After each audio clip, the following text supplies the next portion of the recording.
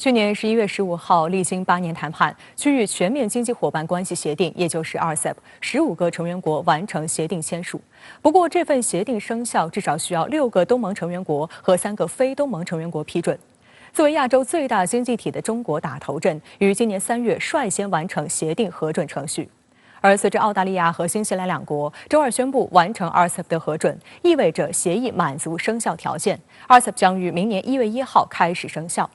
那么 RCEP 生效对全球经济影响几何？作为 RCEP 最大经济体，协议的生效对中国深化开放又有何重要影响和意义？来看报道。根据商务部的消息 ，RCEP 保管机构东盟秘书处周二发布通知，宣布文莱、柬埔寨、老挝、新加坡、泰国、越南6个东盟成员国和中国、日本、新西兰、澳大利亚4个非东盟成员国已向东盟秘书长正式提交核准书，达到协定生效门槛。根据协定规定 ，RCEP 将于2022年1月1号对上述10国开始生效。RCEP 于去年11月15号正式签署，现有15个成员国，包括东盟10国以及中国、日本、韩国、澳大利亚、新西兰，总人口达22.7亿，经济总量达26万亿美元，出口总额达5.2万亿美元，均占全球总量约30%，是当今世界上最大的自贸区。协定生效意味着全球约1/3的经济体量将形成一体化大市场。RCEP 旨在取消成员国之间91%的商品关税，并将投资、知识产权和电子商务等贸易规则标准化。这对于进一步推动区域内自由贸易、稳定产业链供应链、增加地区经贸政策稳定性、优化投资预期、提振生产和消费信心、拉动世界经济走出低迷增长提供助力。中国现代国际关系研究院世界经济研究所研究员陈凤英向深圳卫视分析指，当前全球经济下滑最大症结在于供应链出了问题。RCEP 最大的作用就是协议成员15个国家在恢复供应链产业链上做了重新安排。我们这是成员当中，只要它的零部件加到另一个国家的商品里，达到40%，它就是零关税。那么也就是供应链带动了一个产业链的拉动。供应链产业背后呢，实际上是一个贸易。一个投资，实际上呢还有人员交流，那么最关键的技术合作，还有呢电子商务，我们能看到方方面面，包括知识产权保护，它都会有大的推进，那就是贸易推进，那就是投资的推进，实际上呢这种呢经济的增长。作为 RCEP 中最大的经济体 ，RCEP 生效对中国而言也具有深远历史意义。2001年12月11号，中国正式加入世贸组织。20年来，中国成为自由贸易的受益者，同时又成为全球贸易，特别是货物贸易的主要参与者和贡献者。中国一直力促 RCEP 早日生效，于今年3月率先完成协定核准程序。根据协定，中国将在加入世贸组织承诺开放的100个服务部门的基础上，新增开放22个服务部门。观察指 ，RCEP 生效将给中国更多的海外市场机会，更为其他国家提供了更多的中国机会。在当前世贸组织陷入困境、全球化遭遇逆流，这个历史性自贸区的生效，也是多边主义和自由贸易的一次重大胜利。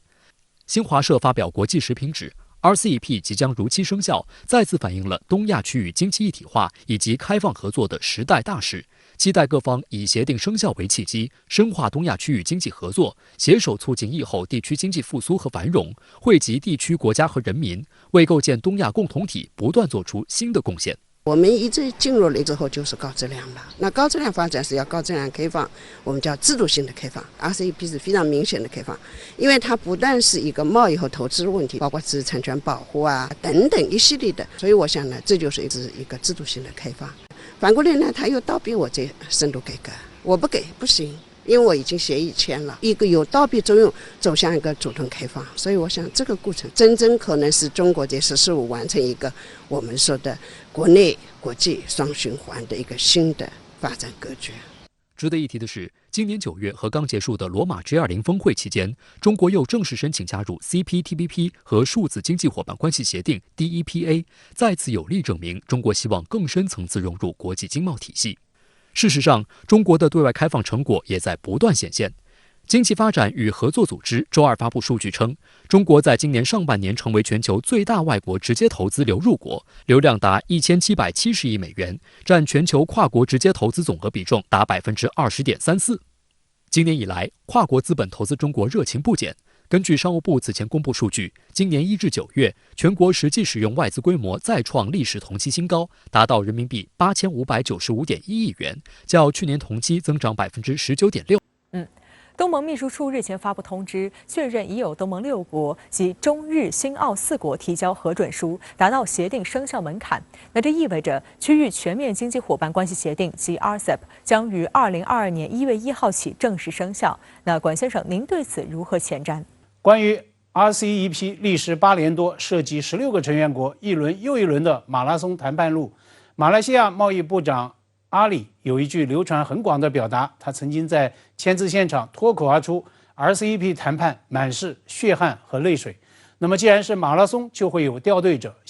那么印度呢，他就选择在协议即将签署、终点线近在眼前的冲刺时刻退出了谈判。但是呢，其余15国将近23亿人，他们还是执意要拉起一个自由贸易的全球最大朋友圈。那随着协定生效的这个门槛跨过，这意味着呢，从明年元月1号起，这个全球体量规模最大的自贸区啊，就将会正式启动了。RCEP 它的块头摆在那儿，涉及到15个成员国，它集合了全球第2、第3大经济体，也就是中国和日本。那么22.7亿的总人口，26万亿美元的经济规模，乃至5.2万亿美元的年出口额。那么这3大核心指标呢，都占到全球将近30%的份额。那在我看来呢 ，RCEP 它的增长助力主要体现在2个方面。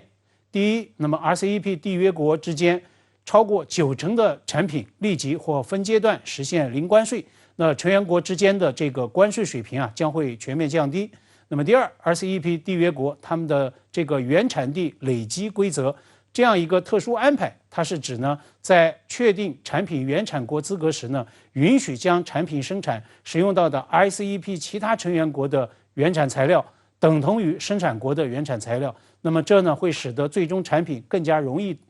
达到取得这个原产国的这个资格，从而呢享受优惠的关税。在我看来，这就是促进 RCEP 成员国共同做大市场、高效配置资源与生产供应链的制度创新。当然了 ，RCEP 生效，全球最大自贸区起航，尽管影响深远、红利可期，同样呢，它也面临着不少问题与挑战。那么随着 RCEP 生效，23亿人拉起的最大自贸群又面临着哪些问题和挑战呢？现在有人拿 RCEP 和趋利并行的 CPTPP 来做比较。我们也知道，这2大机制的成员国有不少是重合的，如日本、韩国、澳大利亚、新西兰以及部分东盟国家等等。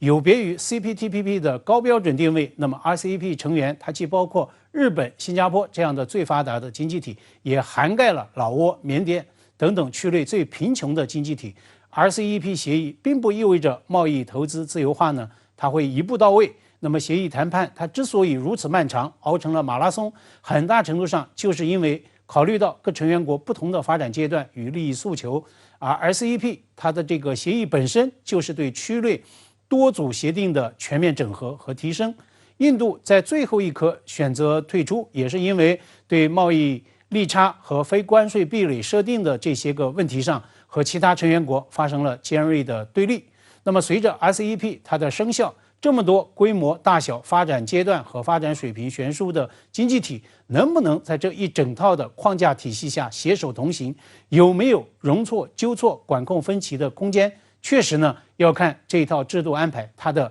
韧性和弹性。政治因素也会带来很大的不确定性。比如呢，作为东盟和 RCEP 成员的缅甸，基于它国内的政治动荡局面，缅甸军方把控的国家管理委员会和过渡政府并没有获得国际社会的承认。那么缅甸方面呢，也缺席了刚刚召开的东盟系列会，所以就像东盟一样，东盟主导的 RCEP 同样会面临缅甸难题。此外呢 ，RCEP 内有部分国家双边关系紧张，那么这种紧张关系多大程度上会影响到双边的贸易和经济往来 ？RCEP 机制能不能做出相应的调试性的安排？我想这恐怕也是值得关注的。那么以 RCEP 成员澳大利亚为例，该国呢就频频指责它在对华贸易中遭到了不公平的对待，全然不顾澳大利亚自身追随域外国家在印太范围之内兴风作浪的种种黑历史。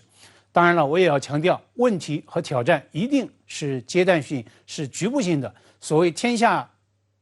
大势浩浩荡荡，顺之者昌，逆之者亡。那么 RCEP 起航的更大意义就在于它顺应了世界西成东降这一最大的时与时。那么对近年备受压力和挑战的全球